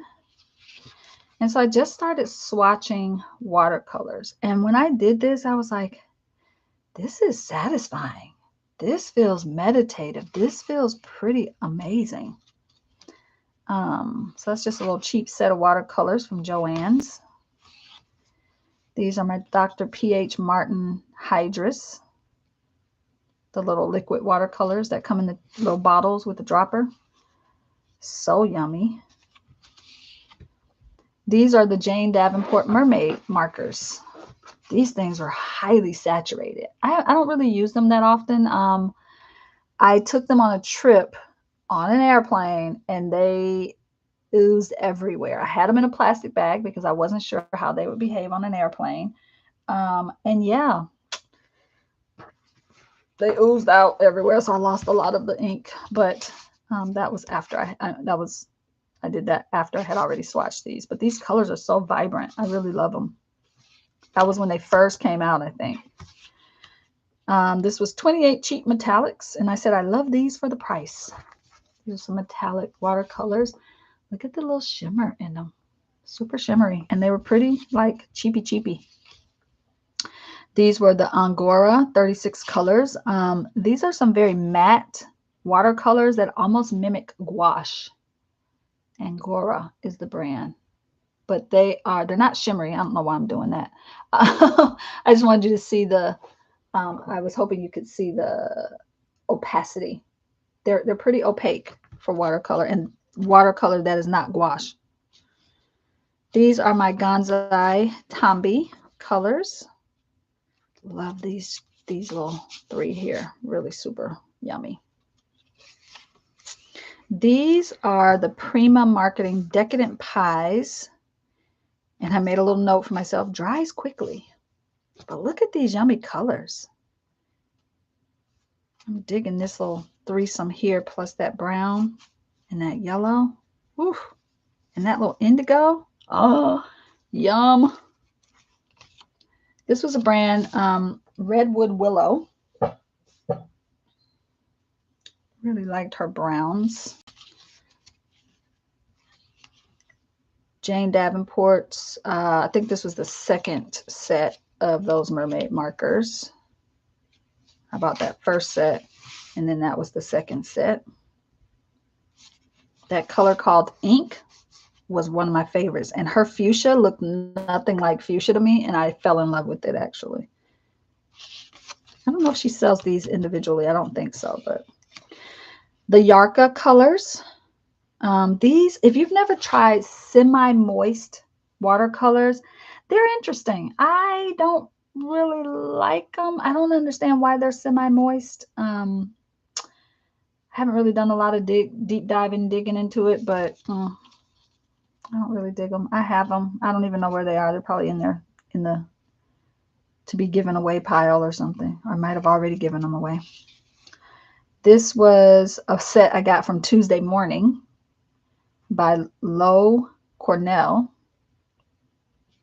They're very chalky. Look, you can even see that blue coming up on my finger there. They're very chalky, and they seem like they just transfer a lot. This was some Praying metallics. It's not a lot of metallic shimmer in them, but a little. It's like a subtle metallic. This paper is really yummy too. These are the Twinkling H2Os. Does anybody remember Twinkling H2Os? Do they still make Twinkling H2Os? They came in the little tiny like lip gloss type container. They were really little. Man, I feel like these people started the whole watercolor shimmer movement. That cranberry, look at that yumminess. Like, come on. So good. I feel like there's a page. Yep. These were so I ordered those original Redwood Willow, and I just ordered a 3 set because I think she might have been the very first handmade watercolors that I ever purchased. And I was like, I'm skeptical. I don't know what a handmade watercolor is going to do. I don't know what it's going to look like. I don't know if I want to spend my money on this. So I bought a little dot card of hers. I don't know where that other set is that I showed you. Oh, there it is. I bought a little dot card that just had these 3 colors. Loved it so much. Went back and bought a set of 15 from her. And so that's from the little sample card for that. I think that's one.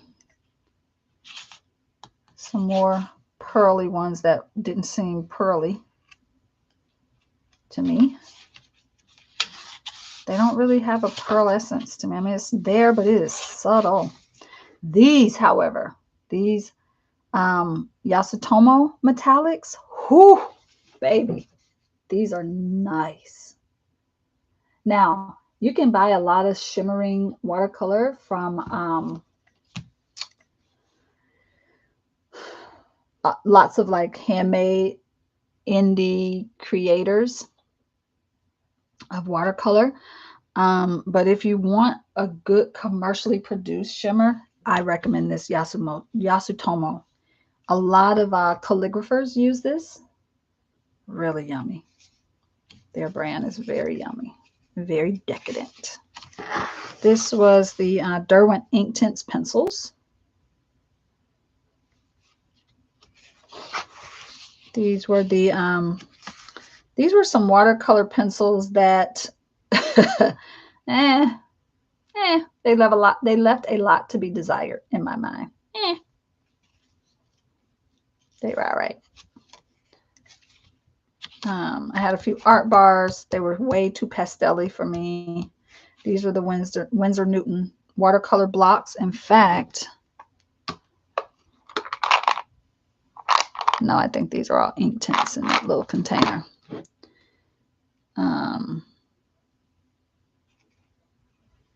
But I liked them a lot. I thought I wrote, love these, pro level.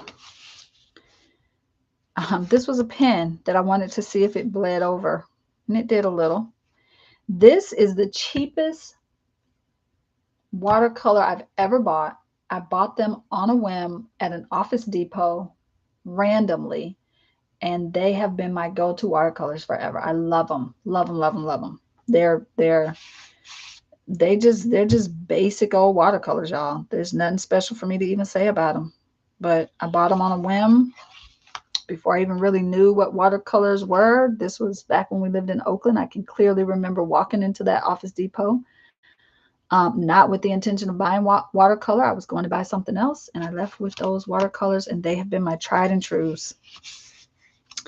These are some watercolor 2 paints from M. Graham. Love their Persian blue, and their Payne's gray is yummy. Yummy. And I think this might have been their 2 gouache on this side, 2 watercolor on that side. These were, it says Nicole Quality Value H2Os. So probably something I bought. I used to snag things when I would see it at like Tuesday Morning or Home Goods. Just randomly, they've got watercolors. Like what? These are some 2 watercolors from Lowell Cornell. That red is nice. That black is deep black. Like, look at that black for a watercolor. That's a nice black. These were Winsor Newton. I don't know why I have Cotman brush pen. Yeah, I don't know. I didn't do a good job of documenting what that is.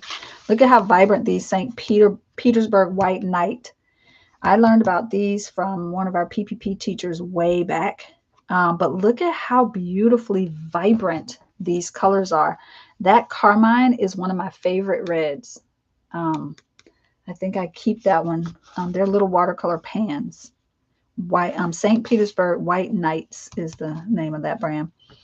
All of these are from there. Look at that green. Look at this. Like that green. Oh, it looks black almost because of the... But it is... Oh, it's a yummy, yummy foresty green. Caran Neo Color 2s. More Neo Color tools. Not so good on this paper. Not so good on this paper. This was a brand called American Journey. This was a brand. Let's see if I have them over here. They are a set of 3 watercolor brushes that look like this. They're kind of nondescript, but they're by this Artco company. Man, I love these things. Look at that green. Like they're just, yeah, they were really, really beautiful. This was some markers, the Letraset watercolor markers. Tombow markers. My very first set, I think, of Tombow markers. Or maybe not my first set, but the first time I thought, oh, you can add water to these? I didn't know that. And I did that. And then these were some distress crayons. So I have fun swatching in this little book, and I still swatch my heart out today. You all have seen me. I have a little series called Swatch With Me Sundays. I haven't been keeping up with it much because you know how things go. But also, let's see. I also was on a road trip to Tennessee once, stopped in a Jerry's Artorama and found this loveliness, this painter's color diary, and started swatching in this. I love it a lot because it's watercolor paper. It already has the like black line drawn for you so you can see how opaque your colors are. I love this stinking thing. And I feel like the colors are just so much more vibrant on them, and you can see them. You can see their true like gradient and how they're going to work. This gamboge, I don't even know how you say it. Gamboge. That's the best yellow on the planet. I love it. This is the Dr. P.H. Martin's Hydrus colors. That cobalt violet, come on. That stuff is ridiculous. Look at that. That's yummy. So I like to swatch because it lets you see, like, yeah, I might have this set, but what if I like this ultramarine from this set, the gamboge for my yellow from this set, and the red from that carmine, whatever that other set that I just showed in here. Right now I can start to make my own little palette with the colors that I really love. This might be the best purple that I really love. Instead of me trying to mix a purple to get exactly how it's supposed to be, I just like to swatch so I can see what's out there that I can use already. This is that Ocean Paper Company. I think I used these the other day. I think that's the same brand. Yep, that's it. And you can even see, right, on different paper, it behaves differently. Like that saffron doesn't quite look the same there. Right?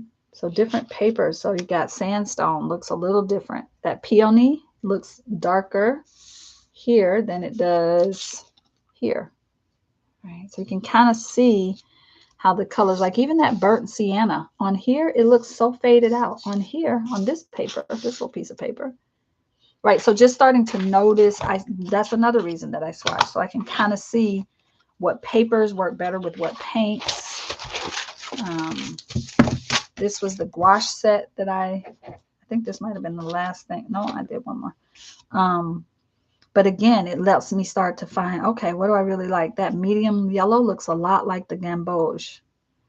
And then when I look at this violet against the other violet, when I look at this ochre, it reminds me a lot of my red earth Downy Daler Rowney red earth acrylic ink, right? So I can start to kind of see the colors differently. And they have these little glassine sheets in here to keep between so your colors don't bump up against each other. I don't remember what these are, y'all. I did not write it down. That is a fatal flaw. No idea. Well, I'm sure I might have recorded it. Let's hope I did. So that's all I have in this one for now. But so yeah, swatching is just, and then I just I just sit down sometimes, y'all, and just swatch on random pieces of paper.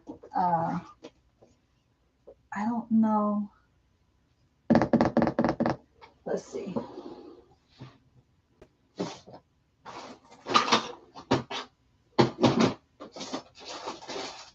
I have a whole stash of them here. I will just randomly swatch on pieces of that I then will put like in my journal. You know, they'll end up being in my journal at some point. Or in journals that I sell. Like it's just meditative for me. No other reason, y'all. I just love doing it. I'm a weirdo. I don't know. So yeah, swatching is a thing. I love it. And then these end up in, oh, hi face. These end up in lots of other little places. I staple them into journals. I put them in little grab bags that I send out to people. So yeah, lots of swatching in my life. I don't know why that little face is in there. Let's bring that out. Making me wonder if there are any other faces in there. I don't know. All right, loves. I think the last thing to kind of round us out for today, I'll talk a little bit about, I said I was going to talk about single sheet bindings. Oh, also, I love to do a nice little swatch card like this when I have a set or when I have put a set together that I really love. I'll swatch it. Now, this one is probably in this bag because I failed to put the names or make any kind of reference. So at this point, it's just pretty little card. I can journal on the back of it, stick it in a pocket of a journal. I have no idea what these colors are, what brand. I can kind of tell by the shape because I will draw them out based on the shape of them. And so I imagine these longer ones are probably in a set where I have like a longer, a more elongated, that one's all little squares. So yeah, I have no idea what these colors are. Zero idea. So that's probably why it's in there. Okay, so single sheet bindings. One of the most famous ones, I think, are the Japanese stab bound books.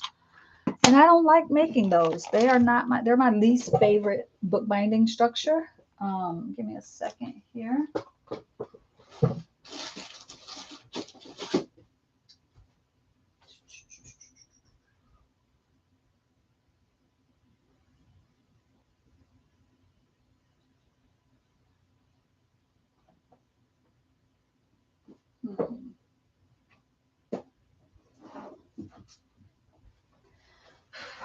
I was just going to show a few. I don't know if I even have any of my stab. Like, I like single bound. I like single. So there's single sheet bindings and there's single pamphlet bindings. Those are different. But I like single pamphlet because you can do some interesting things with your sewing and your stitching. Right? You can do some fun, different kind of little chain stitches. These are like single signature, but with 3 in a set. But you can do some fun stitching with those, right? So I like single signature stitching. But when I think about, let's see, I don't know if I have oh, here's one. I have a set somewhere of single sheet bound books that are all Japanese stab binding, right? And the reason I don't like them much is because they kind of restrict how the book opens.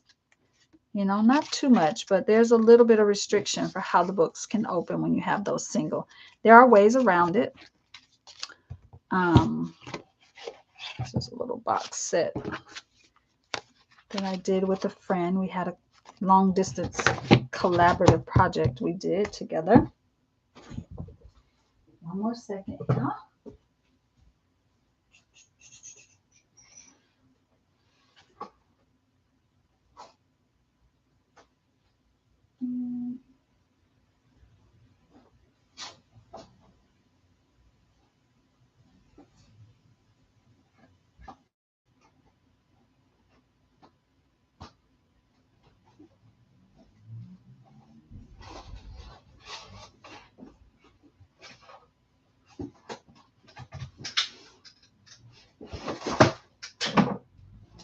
I'm coming, y'all. Give me a moment.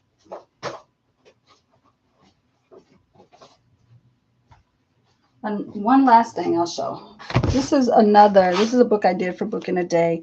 An album bound book is also like a way to do single sheets when you want to bind single sheets together. There is a thing called a Coptic journal that uses single sheets. Not my favorite way to do it. I don't even think I've ever done it on my YouTube channel or anything like that. Because I just don't like it very much. This we call the album binding. It's a hardcover. And the only way for me to really get this to work the way I wanted it to work is I had to make a hinge for it. Right? I had to do it in a process that we call hinging the cover. And even then, the pages don't always go the way you want them to go. There's my mama. That's my mama. So I did a book called The Women Who Raised Me, where I took pictures of all the women in my family and some that were friends. That's my great grandmother, my mother's grandmother. Let me think about that. Wait, my mama's mama. It's my grandma. Granny was my great grandma. Great. Yes, that's my great grandma. I had to do the math back. That's my great grandma on my mama's side. That's my granny on my daddy's side. That's my daddy's mama. That's my godmother. Now that is a picture of my sister and our neighbor who lived across the street from us, who I grew up thinking she was my mama's sister. Called her auntie. Also, across the street neighbor, called her auntie. Didn't know, that's kind of how we grew up. My mama and her two best friends. My middle name is named after this one. That's my mama back in the day. That's my auntie. And my mama's, these are my mama's sisters. 1, 2, 3. That's my sister.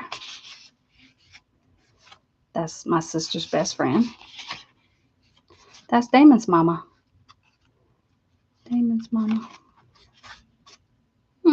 Miss you, Mama G.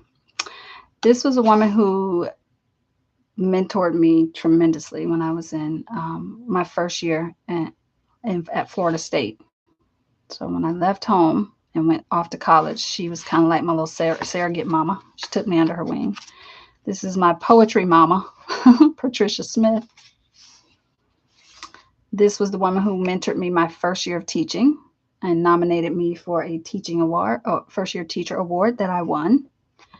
And that's me, my first year of teaching. Woo! Look at that youngin'. That's my sister cousin. I love her to death. Love her to life, I guess I should say. That's my sister cousin. These are some high school friends of mine.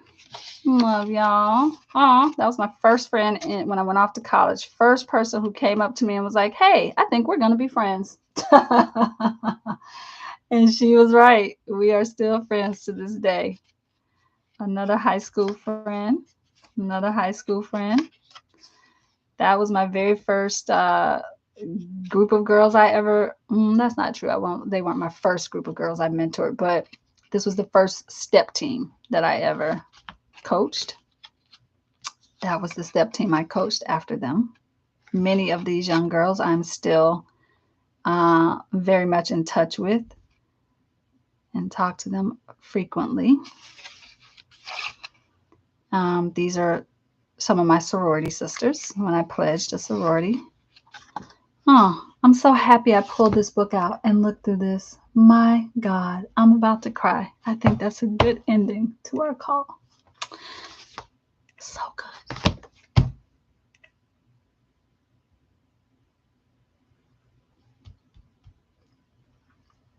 So many good people in my life. I'm very blessed. I feel very blessed to have learned so many good lessons from so many women and to be able to have touched so many as well. So this feels like a good stopping place for today.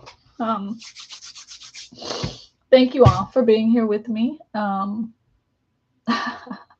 Angelisa, thank you. She says, what a lovely little book of the women in your life. I may steal the idea. Please do. Yep, please do. Please celebrate the women in your life who have helped you be the woman you are.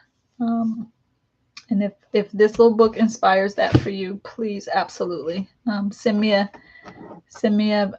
email when you have it done. Let me see it. I would love that very much. So I love y'all, and thank you for letting me go down memory lane every day for 19 days up to this point of this very wide life that I have lived.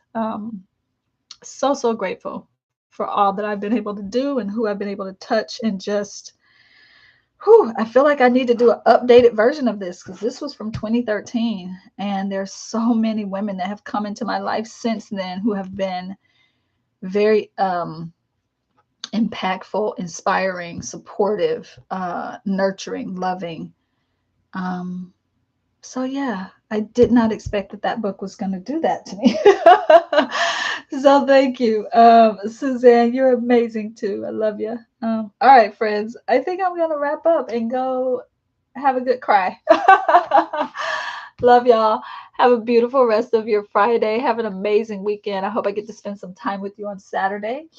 I think I've already loaded up the call for Saturday. I don't remember the time, but it will be letter T day. So we're going to be talking about tarot. That's probably going to be the bulk of the talk.